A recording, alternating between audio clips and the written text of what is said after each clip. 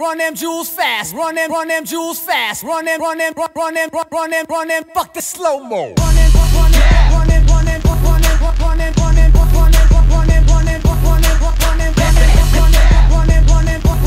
Hey. Okay, yep, run the jewels. So, today, this is a special Run the Jewels original. It's not Hoop and Harm, nor is it Hey Lady, You Call Him Dr. Jones. It's a standalone.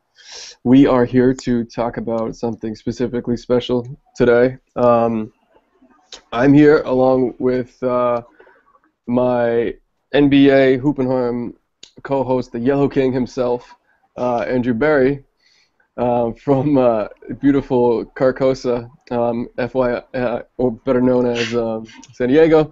And we're also joined by my sister, longtime friend and alumni of the RTJ podcast, Emily Julian. I feel like calling San Diego Carcosa is like the worst thing ever. San Diego's great, and Carcosa is the freakiest place. Yeah, no, that was bad, Pat. Well, yeah, that was hurtful. That was hurtful, Pat. It was bad. You love San Diego. I love it, but Barry said it was raining there last time, so it kind of gave it a bit of a damper. It's probably not raining today, but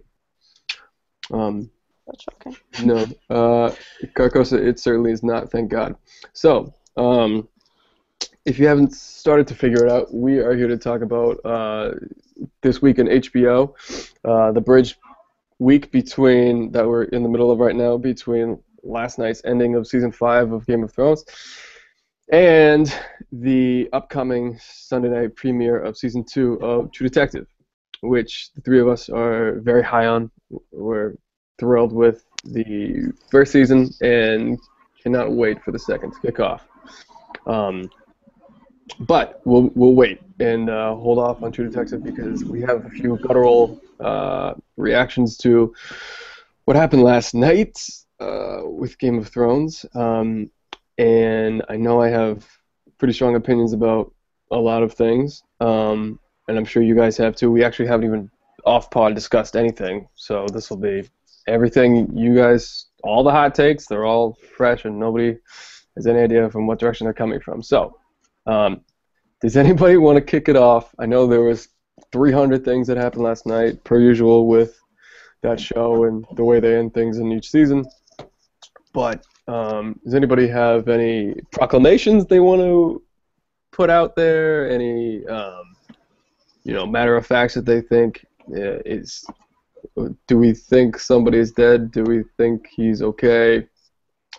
You're not taking the bait, so I'm going to say that last night I was certain that Jon Snow is dead. Today I'm less so, but I'm still not positive that in the show, Kit Harington, Jon Snow, is going to be back. I find that I feel like it's way too easy for him to be like, oh, actually, not joke, he's not dead. No, he's probably. I actually think he's probably dead. There's no reason to believe they're going to bring somebody back to life. They never have. I mean, I get that obviously they're not. They don't care about precedents, but I don't know. I get that they. What? Well, they have. Barry, explain. Oh, I hope he's dead. Okay. I'm not like. It was funny. People in my office today were like, joke, and they heard that someone's gonna die, but because they hadn't seen it either, and they were like, the only person I'd be really upset about dying is Tyrion. They were like, if Jon Snow dies, like meh, and I was like, yeah, I kind of feel that way too, and I kind of knew he was gonna die, so. And it was really kind of an anticlimactic ending. It was just like, actually, we're just gonna stab, and that's it. Yeah. I'm not with you guys. I'm pretty upset that they're so brazenly killing off Jon Snow. No, I don't. No, I can't say I like her, but I actually enjoy Sansa's storyline better than I enjoy Jon Snow's. Like, as I hope she's dead too. Let's just like, I like. I hope everyone that we think is dead last night is dead. I hated everyone. Let's get rid of them all. So really? Barry's team White Walker, so that's legit. I'm fine with that. Because last night I was team White Walker too after watching the end of that season. Well, the Night's Watch are such bitches. Like, they're so annoying. I can't stand them as, like, a unit. Yeah, they're not for all the oaths and the high morality that they all take. We've now seen 2 mutinies. Yeah. We've seen them kill each other, which is not supposed to happen. We've seen them break their vows and have sex with women, and to go as far as and joke about it, and like think it's joke about funny. it. John and Sam joking about it last night. So they're not exactly the Boy Scouts, and we're not supposed to think they're the Boy Scouts, but sometimes I hear people say like, well, he's Night's Watch, like that's pretty cut and dry. No, it's not really not. So I don't know. Here's my thing with Jon Snow. That's the main character of the show, in my eyes. And I couldn't be more wrong. From you can explain your point in a second. In my eyes, that's the main character because he's the only one that sees the big picture and is actually like somebody from season 1, episode 1, who has still made it to like this far, who sees the bigger picture, who is of like a prominent house that we're supposed to feel a bond with, whether he's a bastard or not, is one of the only good people actually in the show, and he has a compelling storyline that's going on around him. I was pretty annoyed last night when it looked like he was going to be dead because I thought that is one of the more compelling. Like, we just saw Hardhome. We just saw the Night King, just raise his hands and say, your turn. Like, get at me, dude. And we're not going to respond to that now? Like, if he's dead, and he's dead in the books, too, but, George R. R. Martin hasn't, like, put down the Twinkies and written the next book yet, so we don't know if he's actually dead or not. But there's a dragon in somebody's monitor. I don't know. I just think that with John being maybe dead, if he's actually dead, and I was saying as such to a couple of guys on the group thread that I was in this morning, I'm not watching it anymore. If John's dead, like, and it's not That's like bullshit. No, I swear to God, I'm not interested anymore. If John's gone, I'm not interested. Like, there's so many people who have been axed off the show that had like pretty good storylines you actually cared about, whatever, and then they just get killed, and that's fine. But like, at some point, enough is enough. At some point, it gets gratuitous, and I'm annoyed by that. If all of a sudden, the author or the showrunners or whoever it might be just like kills off one of the 3 main characters. The 3 main characters in my eyes are Tyrion, Daenerys, and Jon. Yeah. John, right. I get that. So, but you kill off John, all right, and he's got the greater mission, and they're just like, fuck the greater mission, like, we don't care. Like, I'm annoyed by that. That's not good storytelling. That's not good narrative. I was like, throw this around. Fuck that microphone. Yeah. Go ahead, Barry. All right.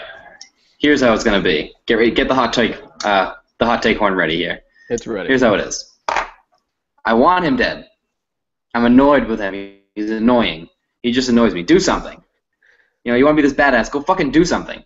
Anyways, he's not dead. There's no reason for them to like have Melisandre come in and say literally 0 words and just try him through the gate and be all sad and forlorn and then still. Why are you there to begin with? No one gives a shit. Point 2. That whole thing with her and Jon Snow earlier, was it this season, right? I think when she came in and tried to seduce him. I think it was this season or it was last season. It was this season. There was never really anything to that. Yeah. There was never really a resolve to that. It was just like, oh, she came in, tried to have sex with him, and then she said, oh, you know nothing, Jon Snow, and that was just the end of that. There's something with that coming. So what's going to happen is, I'm guessing, and I know, I'm just going to say I know it, because this is just so easy for them to do. What's going to happen is that he's going to be dead, and then he's going to get whatever resurrected by her. I don't know how she does it or who he gets resurrected into, how that works, whatever. Reading this, or I read this once, it makes sense. Once you're technically dead, that's the only way you're relieved of duty from the Night's Watch. So the only reason he didn't go follow Stan into battle and get rallies is because that's what he said. Dead, relieved of his duties, and he can do whatever the fuck he wants. And that means he's going to get some sort of army, and then they're going to go, maybe he's going to meet up with with Daenerys, if she's still, I don't really know what's going to go on with her, but like maybe that whole theory is going to come true, how they're going to like combine and they're going to take over the world, whatever. Yeah, so I think that's what's going to happen. It's set up to be like, oh, look at him, he's so bloody, he's dead. No, Melisandre is there for a reason. She's been interested in blood before. That's why they lingered so long. Mm-hmm.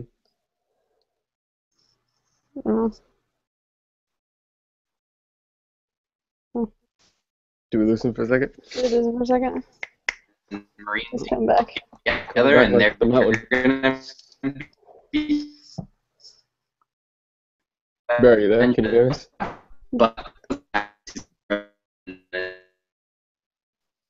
He's catching up.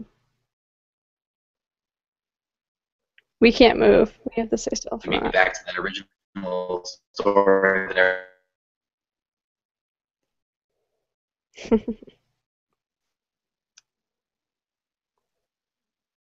Wi-Fi is tough in Carcosa. Apparently. Maybe I take it back. It is Carcosa. I'm with Barry's theory, though, that Melisandre could have gone anywhere, and she marched into Castle Black. Right. I mean, I get it. I just think that they've taught me for too long to not believe the easy play, and this such is the easy play. Like Barry said, it's the easy play. So why should I believe the easy play? It shouldn't. I mean, I think what's interesting in that whole scenario, which I don't think people are talking about, which I don't know, maybe it's just such a secondhand character, but I find fascinated by. I think it's fascinating that Davos is alive. Why is he alive? And which contributes to the theory that maybe him and Jon Snow like hook up in some capacity because they have the same kind of greater mission idea. But I find it interesting that you have Barry just dropped now. You have Davos was sent. I get why he was sent away by Stannis because obviously he wasn't going to be. If he saw Shireen get killed, that was never going to work. But like, it's interesting that now he's in this place where that just happens. And I mean, maybe the Night's Watch guys immediately turn on him and he's dead next to premiere, and that's that. But I just think he's an interesting character to me that we spend so much time on. I never get it. He's like Sam. Like, you spend this much time on this person that seems really irrelevant, and like you watch him develop, and he learns how to read and da-da-da-da. But I mean, it's just, I don't know. That's a good take. Davos is interesting. You would have thought that he'd have been a casualty of. Oh, he's joining. By now. But Davos is still here. And it is, yeah, you don't really know why. I mean, maybe the showrunners are like, we gotta leave some of these good people around. Because this world is so brutal, they just like knock people off left and right. And let horrible things happen. So I should give you another reason why I was pretty fed up and annoyed with the show last night was because the show teaches you that bad things happen to everybody, right? Bad things happen to good people, bad things happen to bad people. Cersei. But you're right. But it got to the point last night when I was like, the show that the book has created, or whoever is driving the car in this respect, the book or the show, who knows, bit of both. Backbone of the book, but it's almost like they're teaching us bad things happen to good people, and sometimes it's like, and only good people. And that's annoying to have to keep watching because there's no balance. Sometimes, I mean, good things happen, like Joffrey gets killed at his wedding, like that's good, and he's a bad person, and he gets. But those are very much fewer and farther in between. Right, and bad things happen to good people all the time. Why am I watching Marcella die? Like at the only redeeming part of the episode where Jaime is finally like, I'm your father, and she's like, I know, and I'm totally cool with it. Let's hug it out. And then have that happen for 0.2 seconds, and then we gotta rip the cord out because nobody can be happy. We can't let happiness even sit for half a second.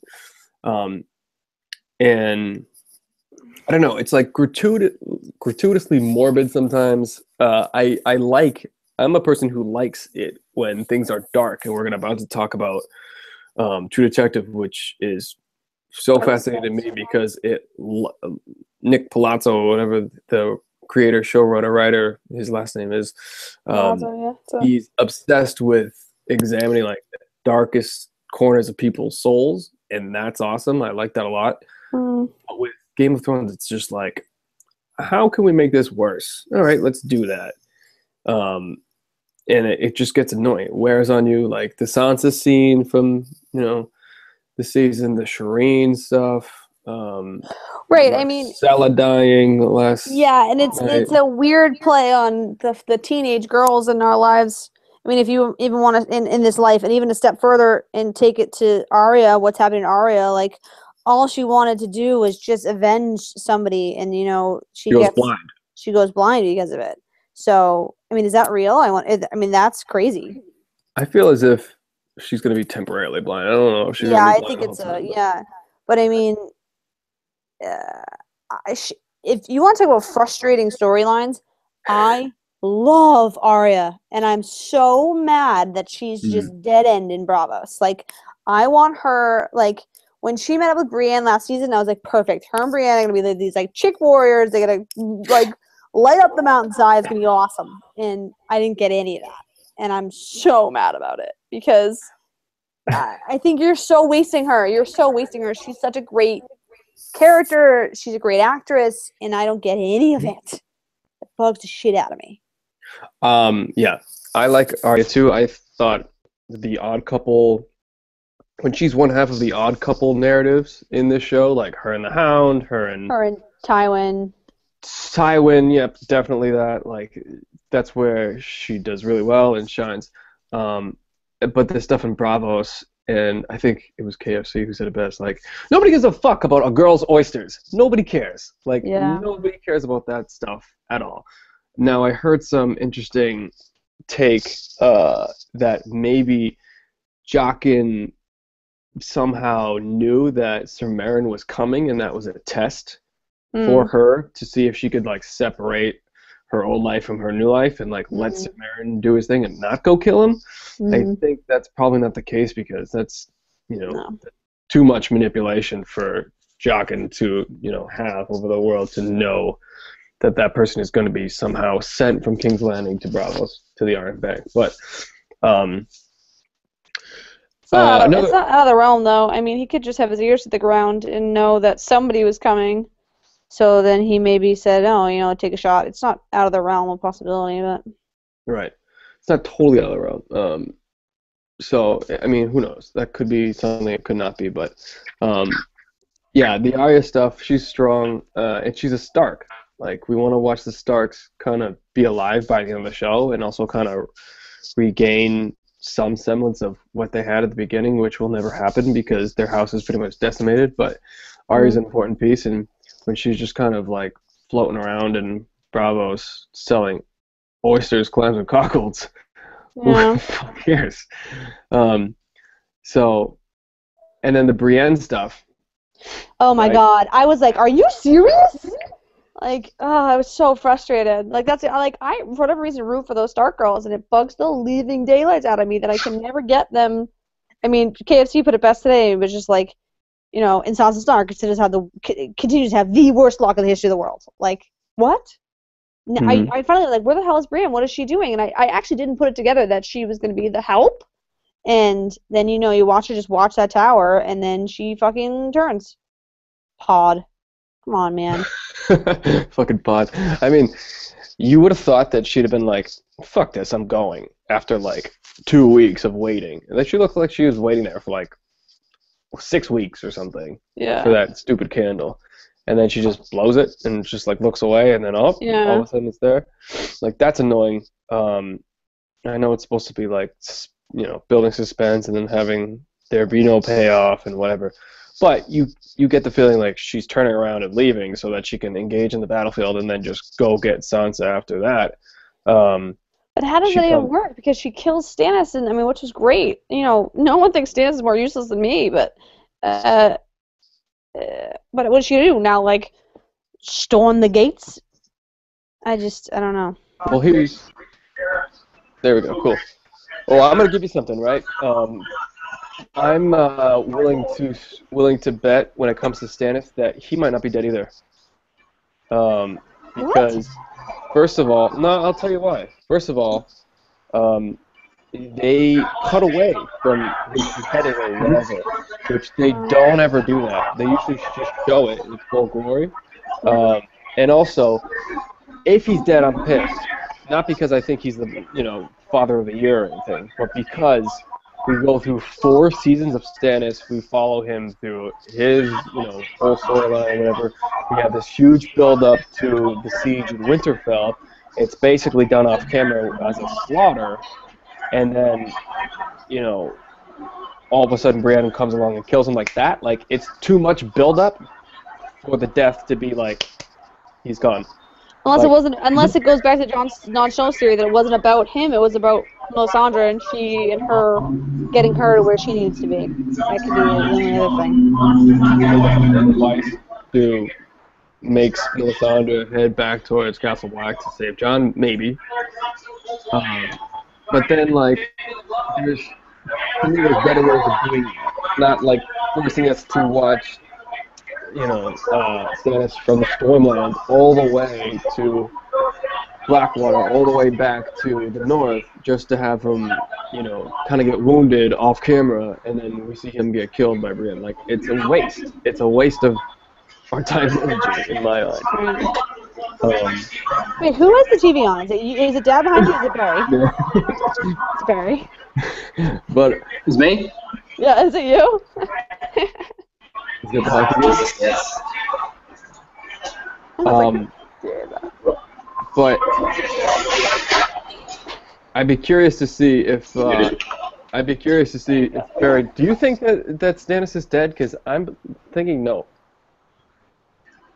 Yeah, so, yes, but they showed, 8 other people die last night, and they didn't show him. That's weird. Yeah. They showed Arya stab a dude's eyes out, then slit his throat without pulling away from anything, and they didn't show Brienne stab a, wounded deer, just put him out of his misery. I don't know. That's a weird thing. I know. Yeah. But, what else would Brienne be doing? Right. I mean, unless she wimps out mid-swing, which is not out of the realm for her, but... And she That's just true. takes him. Yeah, it's not out of the realm, and she could just take him and be like, you're going to be more useful to me alive, I think. And I need to go, trade you for Sansa, maybe? Or maybe. That would be a better idea. Yeah, something like that. Who's not there anymore? She's there. Yeah. Oh, No, wait, she's she done jumped. something. Wait, so they jumped off that wall fully knowing they're going to break their legs and probably die? I was confused by that too, and I was talking to some of the guys earlier on the group thread, and they were saying that snow is deep enough they knew they were gonna fall safely. But I was like, so did they just have a suicide pact and kill themselves?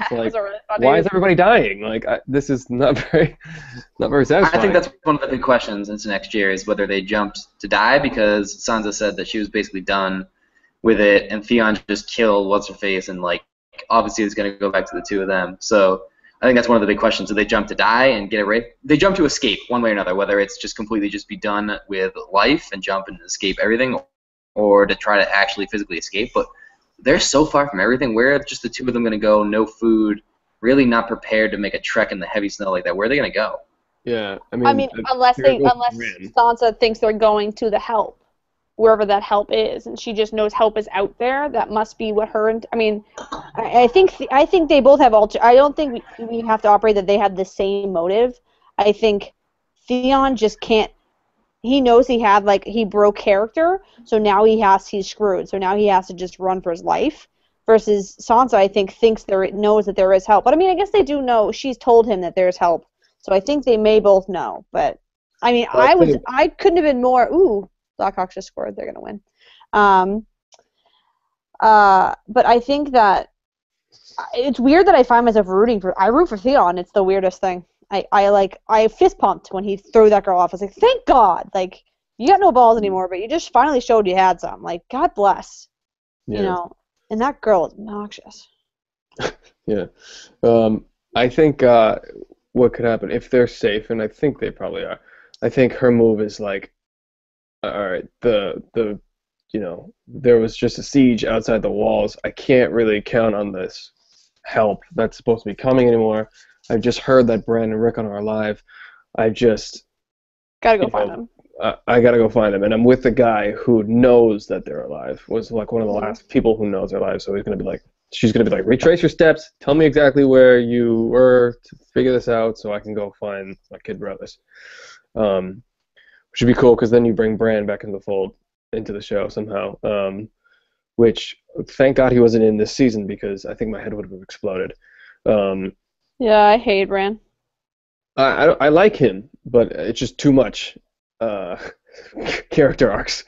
It gets to be too much at a point. Well, there's just too much supernatural. The only supernatural I can really handle are the White Walkers and the dragons. Like this Third Eye Raven shit, I don't get it.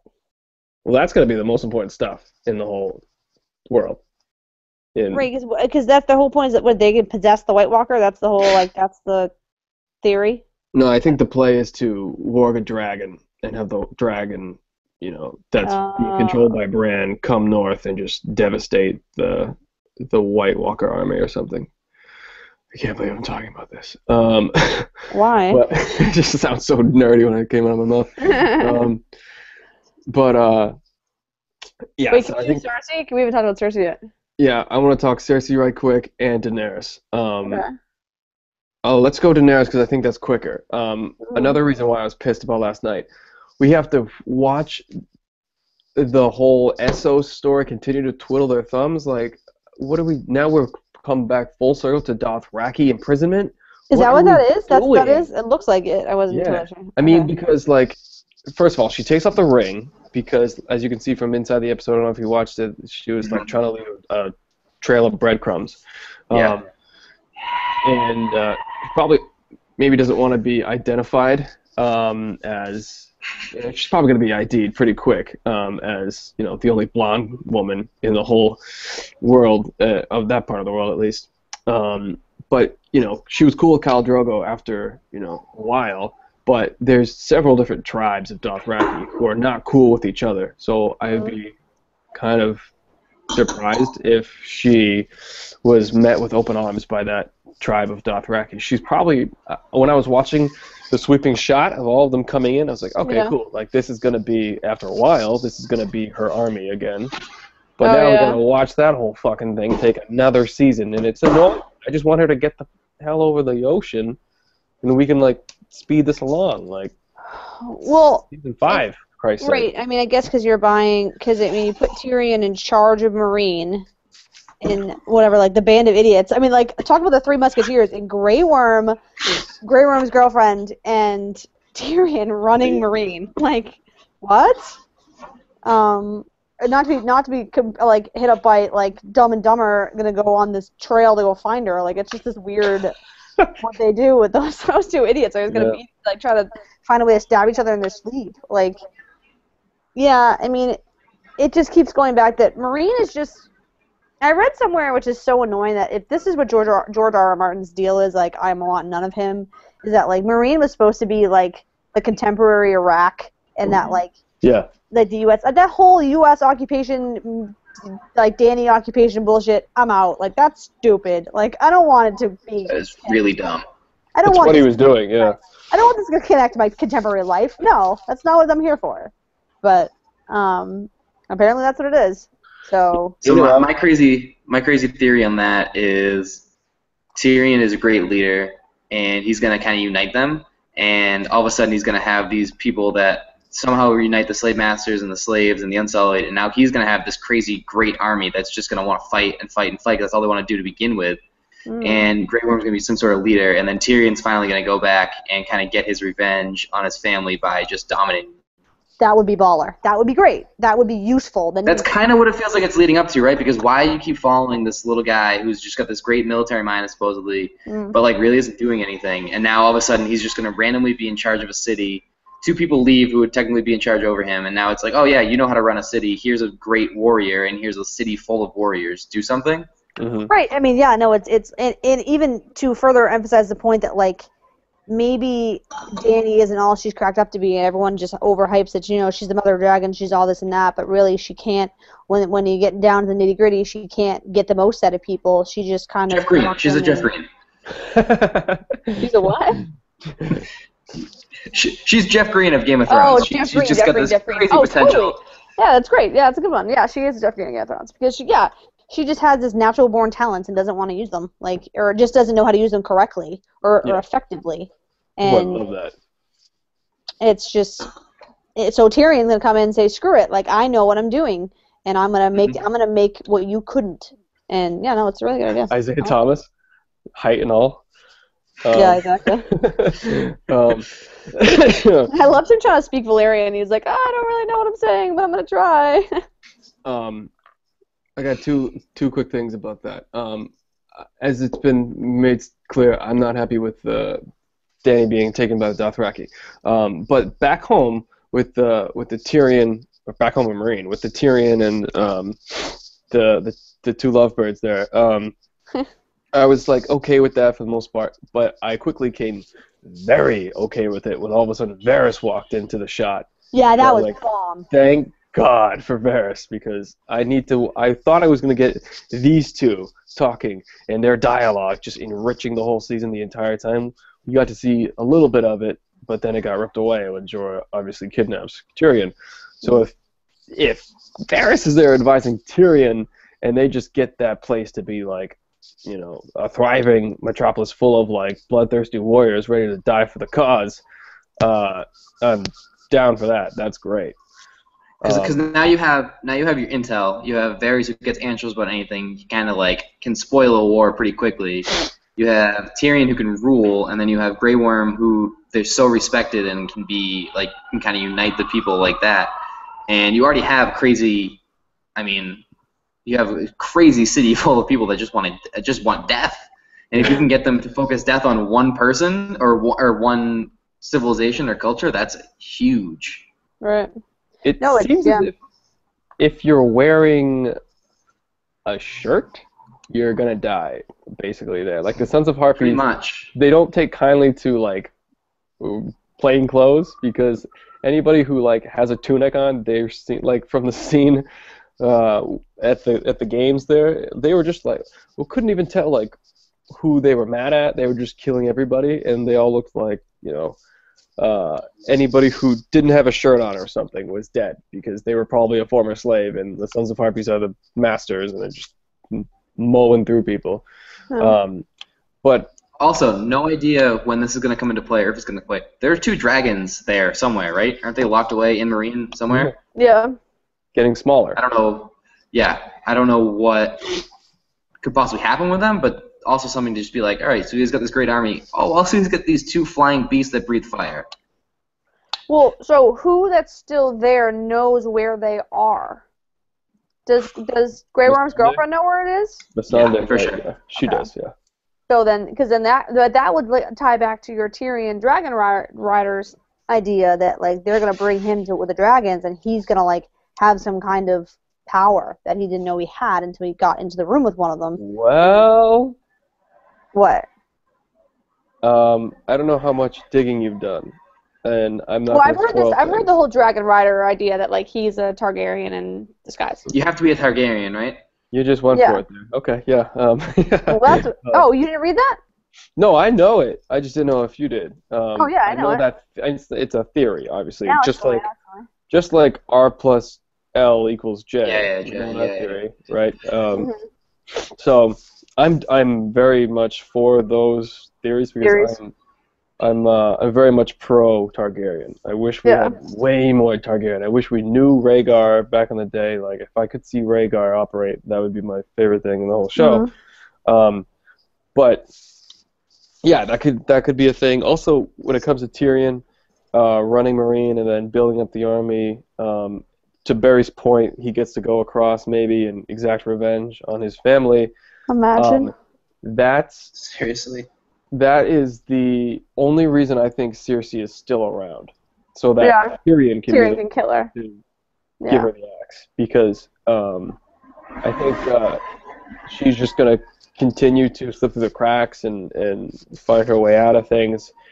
right up until, Tyrion and Daenerys take King's Landing, and she gets,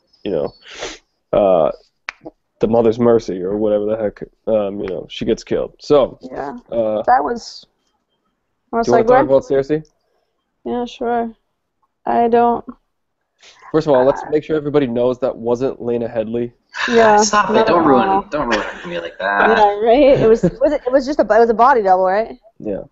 Just so hot. Yeah.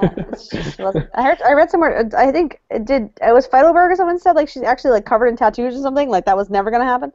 No, I don't think so. Plus, they can hide tattoos. No, I'm sorry. No, you know what it was? Why it wasn't her? She was pregnant. At the time of the shooting. She was pregnant at the time of the shooting. But Believe it. no, I think I find her. She's so confusing to me because I don't like. She just is so easy to hate. She's just really bitchy and annoying. She runs around claiming she loves her kids, but whatever. She loves her kids when they're useful for her, and like, this whole thing just it climaxed, and then she got snaked by the snake. So now, this is get a dose of your own medicine, and the nun lady is fucking freaky as shit. But like, I don't know what that did for me. It did nothing for me. It just, you walked her through the city, embarrassed the hell out of her, and now the creepy maester guy and Frankenmountain are gonna like save the day. I don't. What is that? But it doesn't resolve the High Sparrow thing. What are they gonna just go like kill them? And now, oh wait, we'll just pretend that never happened. I feel like that's a waste of a season for a storyline if they're just gonna be wiped away by Frankenmountain. No, I don't know. If you watched the? I didn't watch the extra episode. part- Oh, you didn't? No, I didn't. So inform me. Oh, yeah. So basically what was laid out by one of the guys was that because he made her do this because now she can't rule them. She can't rule these people anymore because they've seen her naked and like bleeding and walking through the streets and all this, and like they've lost just so much respect for her that like she's not going to be able to effectively rule them anymore. So yeah, I think the end game is definitely going to be this Frankenstein dude just murdering everyone that wronged her, but it's not gonna help the fact that X number of many people just watched her walk naked and bleeding all through the street, being like shamed publicly. So I think that is gonna be the point of it. I don't know what is gonna come of that, but it's basically gonna be like, okay, she's not gonna have any more technical power or respect anymore. And it seemed like even when she walked back into the room, none of the small counts really gave a shit. They were all kind of disappointed. It seemed like the only dude that cared was the creepy guy who wanted to touch her feet. Yeah, the creepy maester. I Yeah. mean, it makes sense, I guess, but still, it's Tommen's rule. I mean, Tommen, who's like basically sulking with Sir Pounce or whoever in his room. Sir Pounce. because he can't have sex with his wife anymore. Like, literally, that's all he was mad about it. Yeah. Cersei, I'm with you, Emily, and I have a theory why I think we don't know how to read her. But with Cersei, I think it does boil down to, like, we need Cersei alive because we need that payoff later, hopefully, with Tyrion. And also, we need to show the city just kind of being lost to these religious fanatics and having it totally be solidified as such. Like, the nuns and the whatever, these guys with the... Shame, ding. So annoying creepy. by the end of Sorry, it. Blackhawks just won. Well, Yeah. 2-0. I'm so fine with that. But I think you kind of have to show the capital, and you have to show something happening in the capital. Right. And if it's being lost to like religious zealots and whatever, that's kind of an interesting wrinkle to throw in. That you don't have to. It doesn't complicate other storylines by doing such. Which is kind of a good cop-out in a certain way. Like, you don't have to drag in other people and distract them from their other missions because they've got other shit going on, but you need to bring them into the capital. So I'm not a fan of Cersei, but I didn't want her to like go out like that. I didn't want her to be killed by the fucking High Sparrow. Like, that's not satisfying. If she's That wouldn't have been good. Yeah, you want to see her go out properly. So the whole thing about like the whole thing about the religious people was that it's just like her short-sightedness just coming back to bite her in the ass because she did it as like a short-sighted move to do this, but like everyone with half a brain could be like, well, isn't incest a sin? Like that was eventually going to come back and get her. Right, I thought that part was great. In on the scale of Cersei's storylines, I think this is probably actually the best one because she was getting a dose of her own medicine. They said this is going to be a big Cersei season, and it's the first time it wasn't really. I remember having a conversation with you, Pat, about it being like, oh god, this is going to be a Cersei season. I'm going to be so pissed, but like it actually was relevant because it was like it boiled to this place where she was like you said, Barry, that like she was, for the first time, really short-sighted and it bit her in the ass bad. So it's interesting that kind of. So I mean, in that respect, I was okay with it. This was a banner season for Cersei and Lena Headey, like having quality scenes to perform. Yeah. And we should have known that from the opening scene of the season being the flashback of little Cersei running through the forest. So.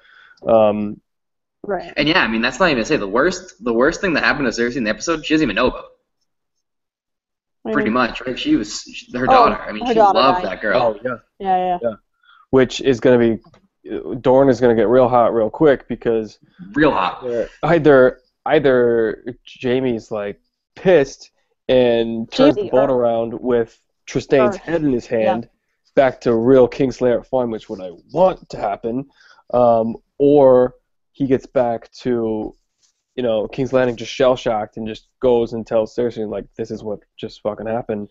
And she sends Frankenmountain down to Dorne to just ruin everybody's day down there. You're like 100 feet offshore. How do you not turn that boat around? You have to. I think he does. Because I think he can't go back to Cersei having failed. She said to him, this is our daughter. Go get our daughter. Right, exactly. He can't. He has to turn it. They made such a big deal. I feel like the show made such a big deal about them going, and like, what's the end result? Is that they're gonna bring back a corpse? No, they're gonna bring back like two corpses. One's gonna be the prince, and one's gonna be what's her name, Marcella. Dorne to me was botched this whole season. I think it was handled not correctly. And I could have done one less episode with them in the desert and one more I think it was okay. I got the point. But like there was like the two episodes in a row where like one they were walking on the beach or one they were like walking in the desert, and the second one they were still walking in the desert. Like fucking figure it out in one episode and then get them into Dorne. Like once they were there, I actually thought it was pretty good. I actually liked like the banter and I liked the king there. I thought he was pretty cool and I liked the Sand Snakes. Like I thought once they were there, it was good. It took 3 episodes to get them there, which made no sense. Yeah, I think we're gonna get more Dorne moving forward. What do you think? I guess because he has to turn back around. There's got to be consequences for that. Like, yeah, there has to be. And it's interesting because Marcella is not dying in the books, apparently. Oh, really? Yeah. So maybe she's not dead. I mean, I guess because they show her having the antidote. They show Oberyn's girlfriend taking the antidote. Yeah, I guess. Yeah. So. I don't know. But maybe we should walk over the bridge to the next topic. Because excuse me. In 6 days we're gonna get back my absolute favorite thing of 2014, which is True Detective. Now, I can give just a cliff notes of why it was one of my favorite things. First of all, like I said earlier to Emily, and I think Barry, you were trying to get back on the vid call. The writer Nick Palazzo, or I don't remember how to say his long Italian last name. He is an expert at examining the darkest crevice of people's souls, which is fascinating to me. I love that shit. So now that we're doing it again, with now not only 2 people but 4 leads, we're going to have 4 different kind of ways to approach that. I'm very stoked for that, to see how 4 different people are kind of tormented and get to overcome or not overcome what the real, we're not talking dragons anymore, and real, holistic human issues that everybody has to deal with. So I'm pretty excited for that. Rust Cole last year was probably top 3 favorite characters of all of television. And the one take sequence in episode 6 when Russ is undercover with the biker gang and then has to go into the projects. 4, I think. Is it 4? I think it's 4. 6 is too late. 4, I think. It might be that. Okay. I'll look it up. Was as good. No, that's better than Hard Home. Oh, definitely. Yeah, but it's like Hard Home was like was my favorite thing of this past season, and it kind of is similar to that one take. But yeah, Well, it's 4. It's 4. Okay. Yeah, I thought it was 4. Yeah. That was fucking insane. That and when they were first going through Carcosa for the first time was like 2 of the more intense Oh my god. minutes of television I've stared. I've just like stared, not moving, not speaking, barely breathing, like just staring at television. Totally. Yeah, I'm stoked for this for the new season. What are you guys looking forward to the most? Let's talk about the cast maybe right quick. Rachel McAdams. Duh. Rachel McAdams for sure. She's gonna deliver the best performance. I don't even. It's not even a question. I don't think. She'll be the best. Like she's the best. She's the best actor, actress of the 4 of them. I mean, Vince Vaughn's great. I love him. Colin Farrell has his moments. Taylor Kitsch is okay. Like McAdams is the best one out of the 4 of them. So I don't know. You don't think so, Pat? Oh boy, you a Vince Vaughn guy? No, he's Taylor Kitsch guy. I love Rachel McAdams. Emily knows I've been beating this drum for a long time that The Notebook is my second favorite movie in the whole world. It's ridiculous. And it's not even a game. But should be. No, it's not. And we could have a whole separate pod about that. But so I love Rachel McAdams. That's my jam. But I think it's going to be Colin Farrell. Colin Farrell is one of the gnarliest actors in Hollywood right now, and he has been. He got a bad start because some stupid agent told him to make a movie about a phone booth or a cell phone or something, and then as Bullseye and had a rough go of it in the beginning. But go ahead, Barry. I saw Phone Booth when I was 8 because my brother took me to see it. Yeah. Oh my god! Yikes. Yeah, you're mentally scarred, huh? We can move on. I just wanted that to be added in there. But Colin Farrell, I think, is gonna. I think he plays some like tortured, like ex-cocaine addict type of bad cop that's trying to kind of be on the mend or something or whatever. And I think the way Colin Farrell performs, and from what I've read, he's like really identified with the character in like a scary way. Like this used to be like part of his personality, so he had to dig back and actually like use different pieces of himself to bring this properly to the forefront. This character, so I'm pretty stoked for him. I really want this to be a coming out party for Taylor Kitsch because I like Taylor Kitsch and I think. Sean Carter ruined him. Yeah, well, that doesn't help. I think this is exactly his lane. Mm-hmm. He should be he played this kind of a person in Savages, and was great. So I think this is his lane, and he should do well. Vince Vaughn, I'm so down for, because, and I think the internet was most appalled by that when it was originally announced. But the coolest part about the Vince Vaughn casting is the showrunner writer there wrote this character for Vince Vaughn. So it's going to be uniquely tailored to him and his skill set, so I can't imagine that's going to be bad. And then Rachel McAdams is like this white knight type of good cop who is all about morality and higher standing, and I think she's going to play that real well. And she's just kick-ass at everything, so... I'm big on the cast. So I have two Vince Vaughn points. Mm-hmm. One is that I thought his character, this is a weird reference and isn't the same thing at all, but sort of the same lines. I thought his character in Starsky and Hutch was really good. I thought he played that pretty well when he was sort of like the bad guy. It was Starsky and Hutch, right, where they shoot the horse in the barn. Yeah. I think that's Starsky and Hutch. I thought he was great in that. He was like, it was supposed to be a funny movie, obviously, but he played like, he had like that bad guy vibe to him, where it's like, oh, this guy's a scumbag, kind of like funny vibe to him. And then I never saw. Go ahead. Wes Mantooth from Anchorman. That's also a joking bad guy. Fair point. I didn't think of that one. He plays that part well, where like he can be like he's got that like kind of greasy look to him, where he could be like, this sketchy kind of guy. And I mean, this is back to where he cut his teeth as an actor. I mean, he was in Psycho, right? I'm getting this confused now. Was it Psycho? American Psycho? American Psycho was Christian Bale. I think he was in the original. I mean, he was in some sort of movie early. I can't think what it was. Jurassic World. Jurassic World. Jurassic Park 2, The Lost World.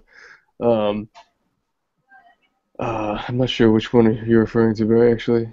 Hold on, I'm looking him up right now. You're too far back for me. Throw him through IMDb, you'll find it right quick. You're too far back for me.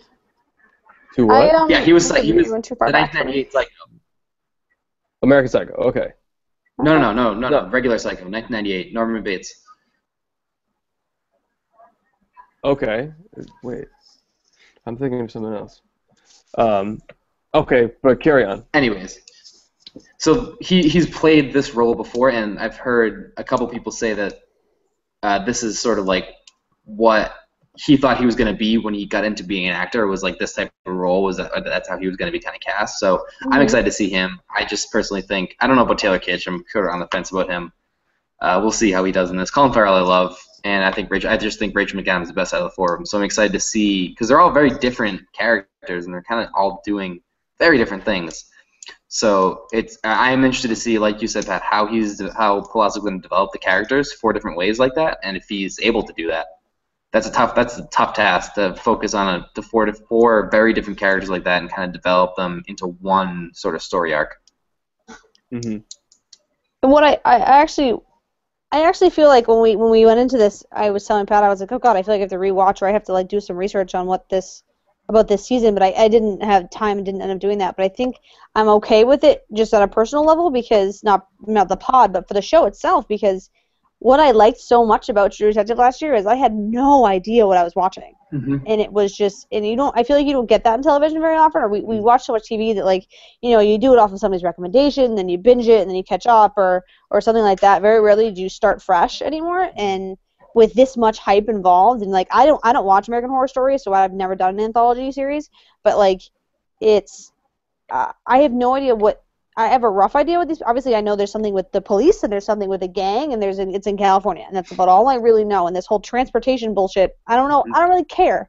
Like in the way that, I don't know what was last season about. It was 2 detectives researching a crime in 3 different eras. I thought that was cool and original. So the rest of it is just the rest of it. But I think obviously the performances are awesome, but what's going to be awesome is that I just want to see the story. Like, I'm sure the story will be something I've never thought of or heard of before, and that'll be what's nice about it. And Palazzo's good at it. Pizzolatto said as much that at first, like, the original tagline or description was that it was good cops, strong women, and an occult past of the transportation system in America, or something like that. He's since been quoted as saying, I've gotten away from that. It sounds as if Vince Vaughn's character is kind of like a seedy, corrupt thug turned like trying to be legit businessman, and he's trying to bring a high-speed railway to the coast of California, like connecting, like, say, San Diego to San Fran or something like that. And he stands to make a lot of business and a lot of money if that happens. And from the descriptions I've seen of the general premise, I'm not spoiling anything here, the general premise of the season is that, like, a business partner of his is killed, and that's how, like, Colin Farrell's character, Taylor Kitsch's character, and Rachel McAdams' character come onto the scene, because Taylor Kitsch is a motorcycle cop who comes upon the dead body on the highway of the PCH or something. Colin Farrell's called in from one jurisdiction, and Rachel McAdams is called in from like the sheriff's department's jurisdiction, and they're all kind of simultaneously investigating the murder while dealing with their own shit. So I want to know how Taylor Kitsch is burned all over his body. well, he's a war vet. Oh, okay. His character's a war veteran. Okay. His character's a war veteran, and from the description of what we know, he is a war veteran and motorcycle officer for the California Highway Patrol, running from a difficult past in the sudden glare of a scandal that never happened. Interesting. So he could be just kind of like a guy with shit luck who is really pissed off with his shit luck, maybe, and that could be part of his personality. Rachel McAdams is described as, let me see, will play the main female lead, Sheriff Annie Bizarrades, however they're going to say her name, a Ventura County Sheriff's detective whose uncompromising ethics put her at odds with others and the system she serves. So she's probably going to crush that. I just kind of gave you the spiel on Vince Vaughn, and Colin Farrell basically is an old cop with a anger management issue coupled with a cocaine addiction. So that'll be awesome. Yeah. That'll go well. But I'm pretty stoked that it's in LA, because when I was in LA recently, we were rolling around and I saw the port, which is basically that first scene where you can just see like the crossing industrial maneuverings of that whole port that, you know, they ship in all the imports and exports, and it gets processed there and stuff like that. So I saw bits and pieces of some of the teaser footage. I think LA is a good place to do this kind of a storyline. I know when we were done with season 1, we were like, how are we going to top like the backwoods of Louisiana, where, you know, You made Louisiana look pretty, which is the weirdest thing I've ever seen. It looks like a place I want to go see. It made you want to see it?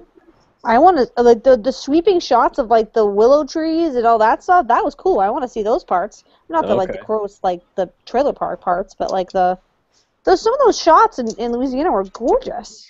It was fair, I guess, but it made me want to never go there in certain respects. Yeah, I don't think you can get a season that's better than season 1, but I think it could very well be right up there next to it in a awesome different way. Just having 4 leads kind of makes it apples to oranges from the jump for me. Right. So now here's my like, because it's such a different, you know, because it's like that with an anthology series, so it's going to be completely different. Are we going to be disappointed? It's a tough question to answer, but it's one that's just sticking in my head. Like, is this going to be disappointing at the end of the day? Like, season 1 was so good. You had 2 great actors, like, doing perfect roles.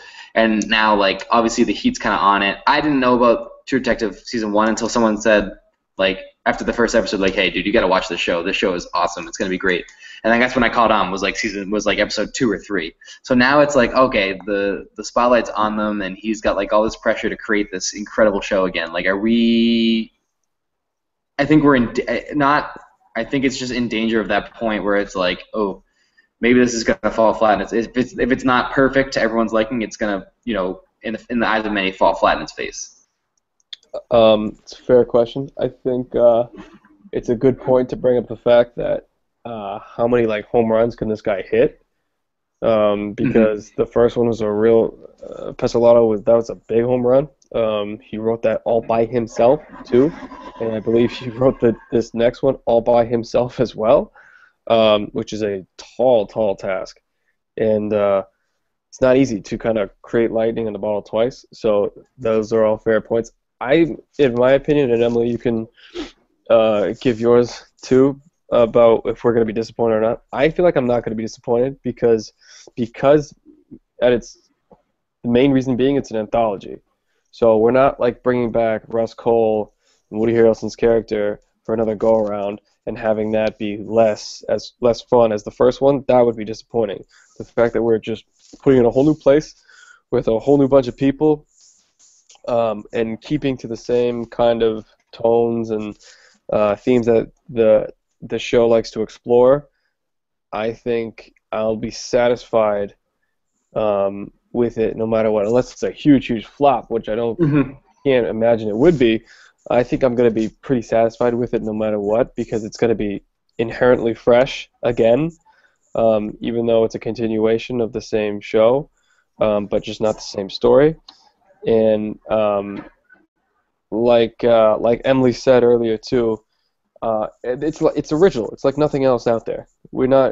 There's nothing else that we take in like this show, so I think I'm going to be happy with it no matter what, because it's just going to be like, oh, thank God I can come up for air from all the other nonsense I watch all the time to watch this again and have it be wholly original and something special. So I think I'm going to be fine with it.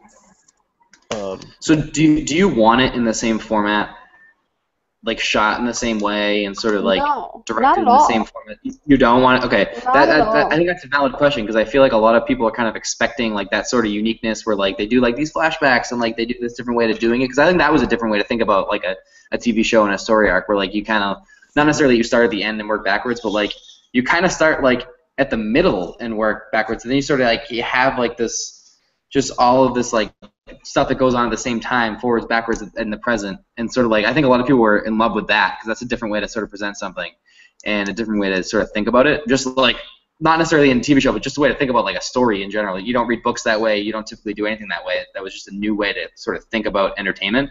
So I think a lot of people are gonna be disappointed with this season, because it's not gonna be.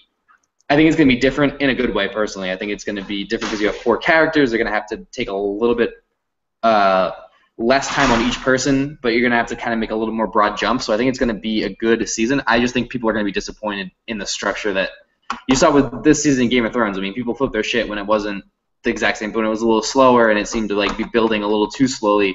People lost their shit because they're used to Game of Thrones where people die every, like all this crazy stuff that happens. So I personally think general sentiment is that this is going to be a disappointing season, because it's not going to be up to snuff with what people are expecting based on last season. Disappointing to the masses. I totally agree with both of you. I totally agree with Barry, and that's kind of what's going to be my point. I'm going to say, to the average TV watcher, they're going to say it's not good, because it's not going to be what wasn't what I saw before. But for people that are a little more, obviously, like rich into the ideas, like the 3 of us are, it's going to be great, because it's going to be nothing like it was. I think it's a great point, Barry, that like what he did last year in the jumping of story arcs, I think is why I watched it. And I thought that, like you said, it was a fascinating way to watch somebody explain something, because it's true that like when you watch something in the present, the past is any story you're watching, the past is so important. What was great is you could see 2 different versions or 2 different times, like you just were jumping through this sequence. So, but there was no way if he did that again. If we walked into it, I would be mad. Because I don't want to. I actually don't want to see that again. I don't think you can recreate that. I think this will be much more traditional, and that's fine, because his writing can carry it. Like his writing is so good that it'll be fine, and the acting will be so good. I think you're not, because it was just there were so many little nuances and little pieces and things like that, and what that is. Should be. In my book, I almost wish they would title this something else, because it's not True Detective the way we know it. It's going to be True Detective in a much more traditional format. I can't imagine, unless, I don't know, but I think this is going to be much more traditional. And so it's hard to kind of say, so I won't be, so I mean, it's like running on the brand name, but it'll be a whole new series to me, but I won't be mad, because I think it's just, like you said, Pat, that it's so much better than everything else we normally watch, that it's just will be good regardless, and I won't be mad, because I think it'll entertain me, and that's the point. It's going to entertain me for an hour every week for the next 10 weeks, 8 weeks, however long. Is it 8? Is it 10? Do we know? Ooh, I don't know yet. It was 8, so I don't know. It was technically a miniseries. It was only 8. Yeah, they might have fleshed it out for 2 more, but I'm not sure. I kind of hope they don't. I hope it's 8. Maybe. Yeah, I'm with you. I don't think they're going to do any sort of similar like interrogation confessional type of format that we saw with McConaughey and Harrelson. I think it's going to be more of the we're in the present day, and then we slip into flashbacks just to kind of explain these people's demons, or to explain like how they approach a case or something. So I think I'm with you guys. I think it's going to be formatted differently, and it should be, and we'll enjoy it because we will see that coming and expect it. But the mass audience might not enjoy that because they want, their True Detective in the same wrapping paper as they got in the first season. So, I don't know. I'd be happy to see it all changed up and whatnot, and I think it will be. But it's going to be cool. I think also the point about it being in LA, which is interesting to me, beyond the fact that I will be going there, is that the season one of the tent poles was examining the ugly underbelly of a privileged class, because it was I don't remember the last name, but it was it wasn't like the governor or somebody was behind allowing this whole thing to go on for so long. Yeah. With Carcosa and the Yellow King and that crazy guy. So there's no better place to do that than LA. So if we're going to LA and like watching how the better half misbehaves, not lives, misbehaves. So I think there's going to be a lot of material to go on there, a lot of different things. I think we already heard that at one point they're going to show like an orgy happen or something, among other like crazy stuff that like rich people do when they get bored with their money. So I think there's going to be a lot of visually and emotionally interesting things that go on. And I also will say too that one of my favorite parts about True Detective from last season, and which will probably happen again this season, is that it feels so close to a movie in this sense that when you watch TV, you don't usually react in like a real strong emotional way. Like you don't get a visceral reaction out of watching a series, but it's not as much the case with True Detective. Like you feel something polarizing one way or another when you watch the show. So that's what I'm really looking forward to is watching these characters, and because they're written so well, and now they're 2 for 2 pretty much with casting great people to perform these roles. As the viewer, you'll get an experience where you can watch these people really act their ass off and get a sense of their performance will resonate really, really well with the viewers, I think, which is not something you see a lot in television because the best actors in the game are in movies for the most part. So, but somehow this show has made that not apply to them. They've still been able to do that. You go to movies to feel something, and I go to this show to feel something too a little bit in some regard. So that's what I'm looking forward to as well. I have 2 points. I have one True Detective point and then one kind of greater Hollywood point. Ooh, love that. So my one True Detective point is, I think originally, I don't know if either of you guys heard this, but I think originally there was this hot rumor that the next season was going to be like in South Carolina or somewhere, Kentucky, something like that. It was going to be set there, which I was disappointed if that was the case, because it's going to be sort of a similar thing. You can dress it up a different way, but it's going to be a similar kind of situation, which is fine if that's how they're going to make the show. That would have to be the show then. You'd have to do all these shows in like these really rural places. You couldn't just all of a sudden switch. I think going to an LA sets them up for a third season where you can kind of do like an in-between maybe or something like that. So I think that's a big point to kind of go from the bayou and literally pretty much the poorest part of the country to LA, which is in some parts the ritziest part of the country. So you get like these two incredible extremes, which is a huge challenge on the writer. And with the cast that they put together, if this falls on its face, this is on Palazzo, and we're probably never going to hear from him again. Like if he can't pull off a script with the cast that he's he's assembled here. He's not. He's a one-hit wonder. He's great at the first one. I think if you put together this talent and they have good roles, and like we've said, this sort of feels like they're made for these roles. If you can't write the script for this, then that's an issue, and that's probably the end of your like headlining Hollywood career. Mm-hmm. Now, my big Hollywood point here is I think that this and last season of True Detective and sort of your House of Cards is this just kind of monumental shift that people and big actors are kind of realizing that not only is TV a great place to show off your acting skills because you have more than 3 hours to kind of like fit in an entire story arc, but you have this 10 hours to like showcase your talents and like you can show this really broad range of a character development. And you can show all these different emotions, all this stuff. And I also think that TV is right now in such a golden age that is where the money is going to be coming from. At some point, it's going to be almost DVR proof with these HBO shows, obviously, because you can't fast forward through commercials of HBO shows because they don't have it. So there's going to be these little things that you put in from a marketing perspective, like these just very random product placements that are just going to resonate. And I think that maybe it'll never make the money that big-time movies do, but I think that we're shifting to a place where big-time TV shows are a highlight of an actor more than a blockbuster movie. It's going to take a while, but I think this is sort of the very beginning of that. Totally. I mean, I think because to an extent, it's people.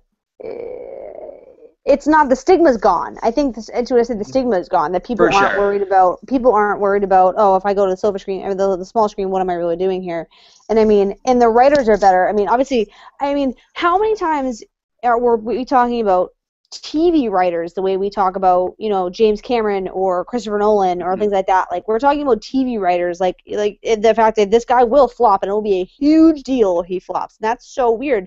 I mean, we talk about, like, the only guy I feel like that's on this same pedestal in terms of TV writing is, like, Vince Gilligan from Breaking Bad. Like, that's the only other, like, major writer that I know. I mean, in the Game of Thrones guys, I know there's 2 guys, but I know them because I've read blogs this year, but up until this year I didn't know. I immediately knew who Nick Palazzo was the same way you immediately know who Vince Gilligan is, and like that matters and that's important. And in this TV age that and it's so because it's so varied. I think what's nice about TV is you have all these different platforms in which you watch it. People do watch your cable stupid Shonda Rhimes bullshit about with friggin' girl chick shows, but also Fourth Man in, we have Tucker. Yeah, hi Tucker. We watch this stuff on HBO, and that's a whole other element. I mean, I just had Orange is the New Black come out on Friday, and that's great news for me and every chick everywhere. So it's just the variation is more appealing to the masses because you can consume it your own way in the way that TV can't. Obviously, we just came off of a $500 million movie, so clearly movies aren't going anywhere anytime soon. But TV is gonna do what it's gonna do. And that's better. Yeah, I'll give you my thoughts on the TV kind of catching up to film. Yeah, I'm in agreement. I think Matthew McConaughey has had a resurgence because of True Detective. They saw, some shots ahead of time of what he was going to do, and then boom, now he's doing Interstellar. He's doing different things off of the success of that show and his incredible performance in that. People like Bryan Cranston, I guess. Well, yeah, okay. Bryan Cranston found a lot of success after being Walter White in Breaking Bad. I don't know if he certainly wasn't an A-list actor going into Breaking Bad, but I think it's becoming much more okay to come and do TV than it was 10, even 5 years ago. Unfortunately, the way of the industry, it's still like the little brother to the film industry, because when I think about the greatest actors in Hollywood, they're still not doing TV, unfortunately. Mm-hmm. To give an example, I think when you say great, I always think Leo. Like, Leo will never touch television. Why would he need to? Right, Leo wouldn't. A guy I'm really high on right now, who is fantastic, is Jake Gyllenhaal. He's not going to TV. Mm. Tom, but like, are these? are these guys that are like not necessarily stuck, but are these guys that are kind of raised with the stigma that we talk about? Like you can't do TV. TV ruins your Right. career. Like They might be Leo old doesn't need to school. anymore. Yeah, exactly. Like Leo doesn't need to Pratt anymore. did it. Jake Gyllenhaal doesn't need to. Yeah. Chris Pratt started, and now he's where he is. Now he's Star-Lord and the new Jurassic World guy. Like, I mean, the new age actors cut their teeth in TV. Right, but that's always. Bradley Cooper, I mean, they did like old school TV that gets them here. It's always how it's been. TV's always been a springboard to film, but it's just never that. Been the other way around, I guess. Right, it's not the other way around. But we're all in agreement that the best writing lately has gone on TV. And I think it'll never, but how would we ever go back to a place where film is better than television, in my mind, because in the simple fact, I get to spend more time with these characters in television, and I get to watch them develop, I get to watch multiple sides to them, so why would I spend 2 hours at the most in a movie when I could spend 10 hours when I want to in television and see many more sides to a character? Well, that's why? true, but it's a different experience, a different challenge. If you can, viewership, yeah, I guess. If you can make The Godfather and make Michael Corleone's character start from point A and finish at point B in 2 hours and a half, that's a feat that is difficult to accomplish. It's almost easier to accomplish in TV because you have the ability to flesh it out for that long, but also it's more difficult in TV because you gotta have more stuff going on, it's a more involved process. So it's similar, but it's so different in a lot of ways. It's hard to compare the two, but everybody does, and everybody still needs to compare the two all the time. I am very detective being like a bridge in between the two. I think that's one of the closest bridges that we'll see in terms of narrative and character story. In terms of bridge between TV and film and another thing, Game of Thrones is that, because it's like big budget, we see a lot of stuff, we see a lot of visual effects, we see a lot of grand sweeping landscapes and stuff. That's a good bridge between TV and movies in that way, which we're going full circle to what I titled this whole episode, HBO Bridge, which is kind of funny. But, yeah, I don't know. True Detective is the most important thing that people should be watching this summer. If they're not watching True Detective, I don't know what to do. Then what are they watching? They're not watching anything. Yeah, there is nothing else. I mean, it bumped my Leftovers, and I love the Leftovers, so I better be. I'm a little disappointed in that. Am I not getting Leftovers back? Does anyone No, have you're getting anything? it. You're getting it. Am I getting it in the fall? Yeah, you're getting it in the fall. I have so much freaking television in the fall. God. The fall is the most television. The fall has Homeland. I watch The Affair, which you hate. I watch the new Kurt Sutter one's coming out to replace. Tucker hates those two shows, apparently. Yeah. Kurt Sutter's new one's coming out. Yeah, the jury's out for me on the new Kurt Sutter thing. I need to Oh be. no! I mean, I'm gonna watch. It's got Bill. It's got people. Very skeptical on that. It's a period. It's kind of freaking me out. But I mean, what else is in the fall? Something else is in the fall. I guess that might be it. I just feel like I'm chock full in the fall. I think we'll have more good stuff to talk. We can do like a mid-season check-in on True Detective because we'll have a lot of ammunition to sound off on. So are we taking bets who we think is going to have the best season between the four of them?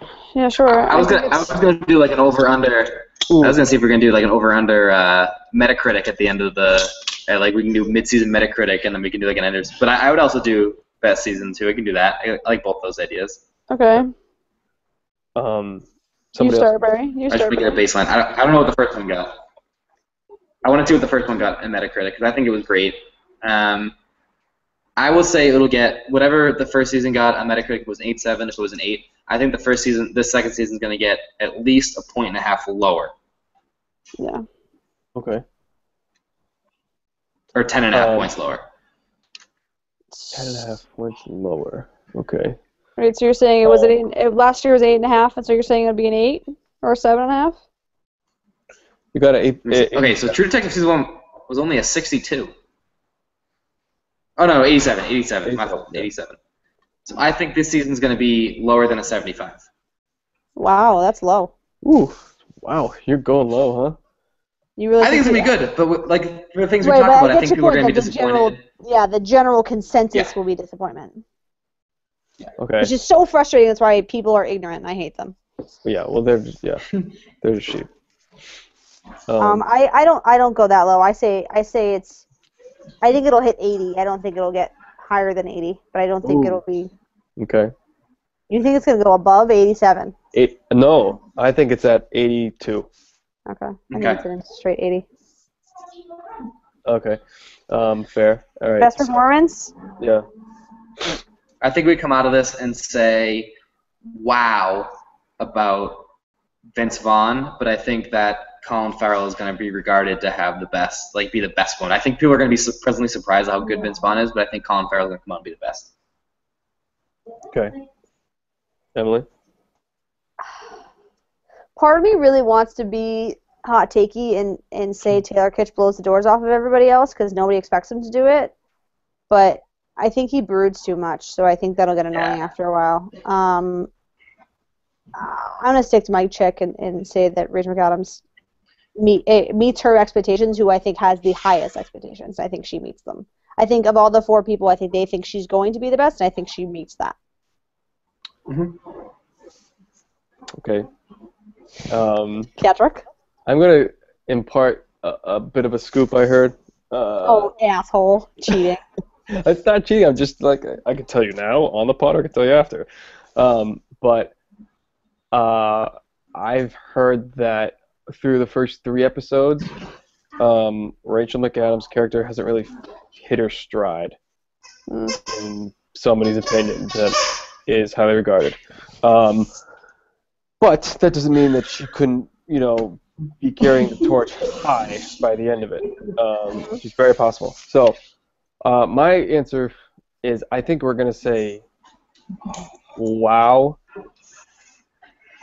Oh, God. I think nobody's going to expect what Taylor Kitsch brings, and that's going to be a win unto itself for me.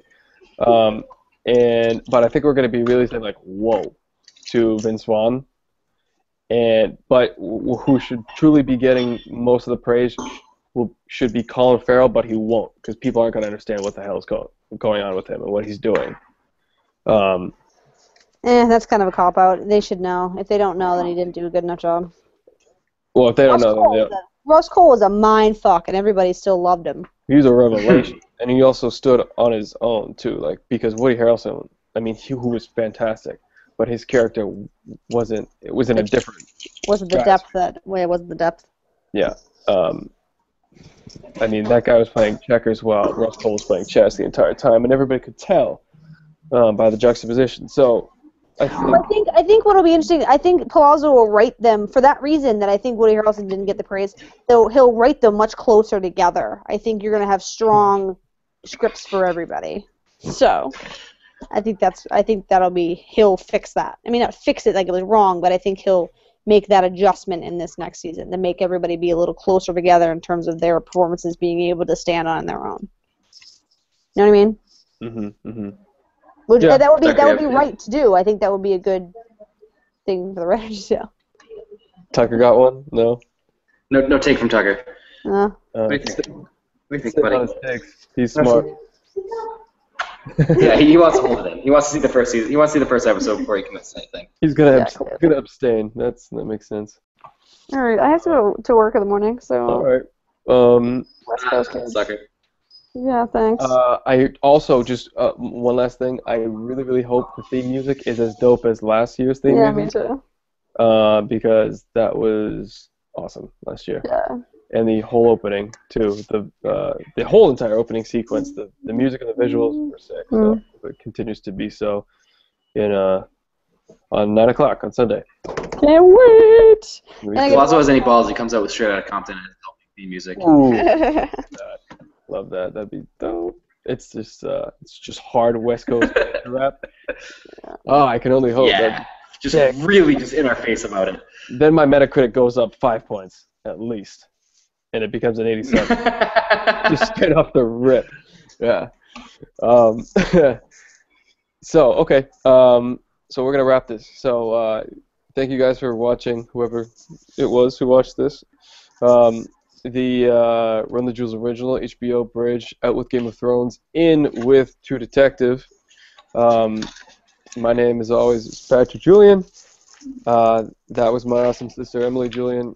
That was my terrific friend and co-host, Andrew Berry, a.k.a. the Yellow King. So we didn't hoop, we didn't harm, but we still did okay. Ooh, we'll be back. Hopefully you have a closeout.